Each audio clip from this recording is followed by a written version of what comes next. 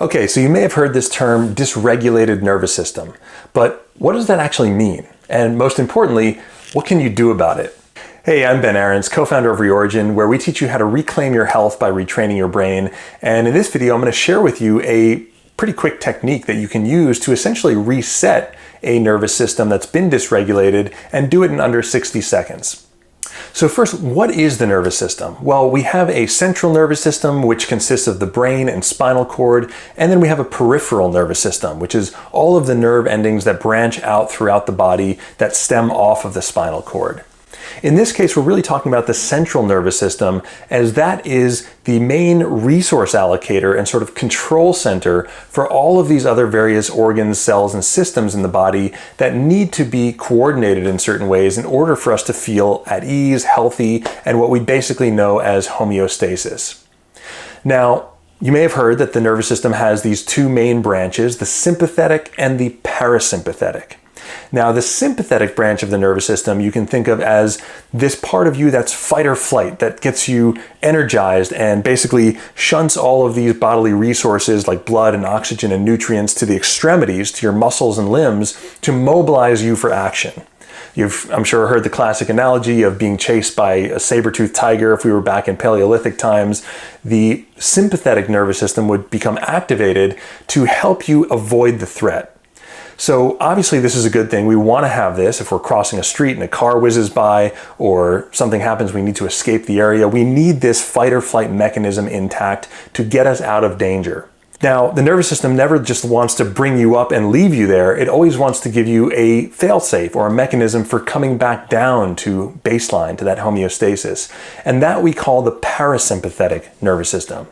And a good way to remember that is by the word para, you can think of the word parachute. It's meant to slow you down, return you back to the ground.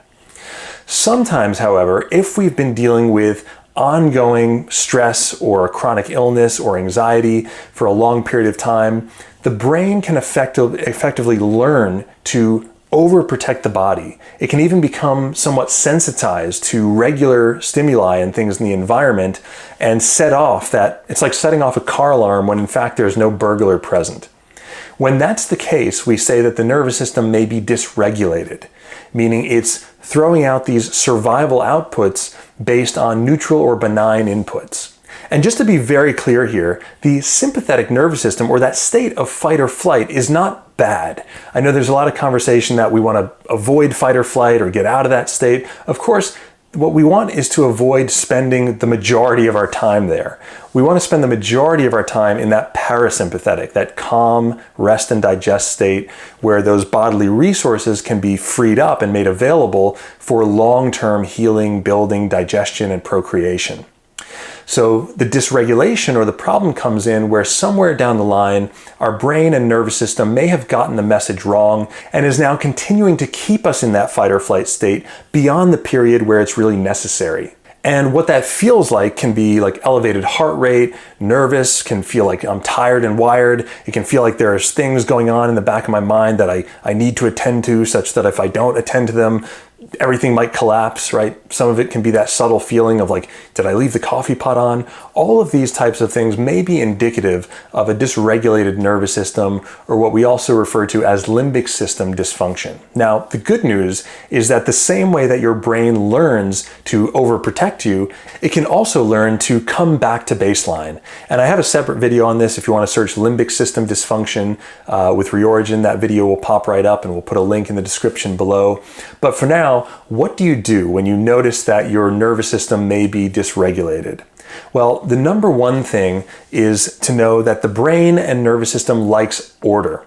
Whenever we feel like we've been thrown for a loop or we've blown a fuse, is how some people refer to it, it can feel like being thrown into chaos. Our mind, our thoughts are ping-ponging around, and it's hard to get a handle on ourselves. So think of it like a car that's kind of careening down the highway, and instead of sitting in the driver's seat, we're just sitting in the back seat going along for the ride. And what we want to do, of course, is climb our way back into the driver's seat, get our hands on the wheel, and essentially come back into that feeling of safety and security where we know we have control.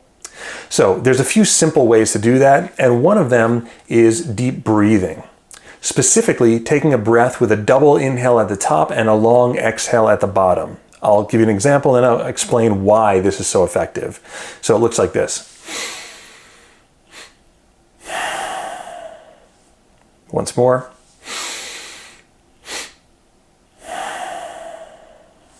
So you see I inhale for a count of 3 or 4, and then at the very top, I sniff in a little bit more air and then let it go.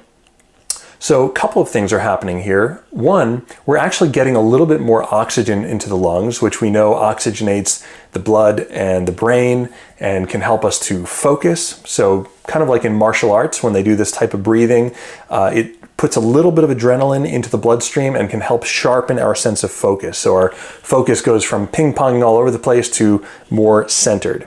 Now, the second reason is that the brain really likes rhythm. Especially when it feels like it's been thrown into chaos, one of the things that can help us climb back is following a rhythm. And for this reason, putting on a song or something that has a strong beat or steady melody can be great. But even creating that rhythm with your breath, with your body, can give your brain something regular to latch onto so it doesn't feel so out of control or out of sync. Now, another layer you can add to this is bilateral stimulation. So this can be done by snapping fingers of your opposite hand, so going back and forth. And what we're doing here is we're now engaging the left and right hemisphere and giving your brain something concrete to focus on. Again, it's rhythmic, it's easy, it's kind of enjoyable, it's interesting. And lastly, we can bring our hands to meet in the middle and we can put this whole sequence together. So I'm going to share with you now the technique that I like to use to quickly, in 60 seconds or less, get myself out of that fight or flight, feeling dysregulated state and back into calm homeostasis. I'm just going to demonstrate it, then you can practice this on your own and share in the comments below if you found this effective. For me, it consists of, the first part is taking that long inhale with the double inhale and long, slow exhale, followed by a snap with the right hand, a snap with the left hand, and a clap in the middle. It looks like this. Bear with me here.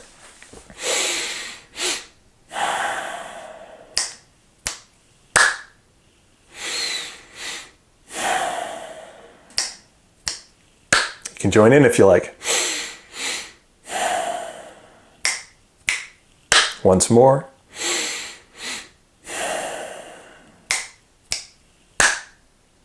There you go.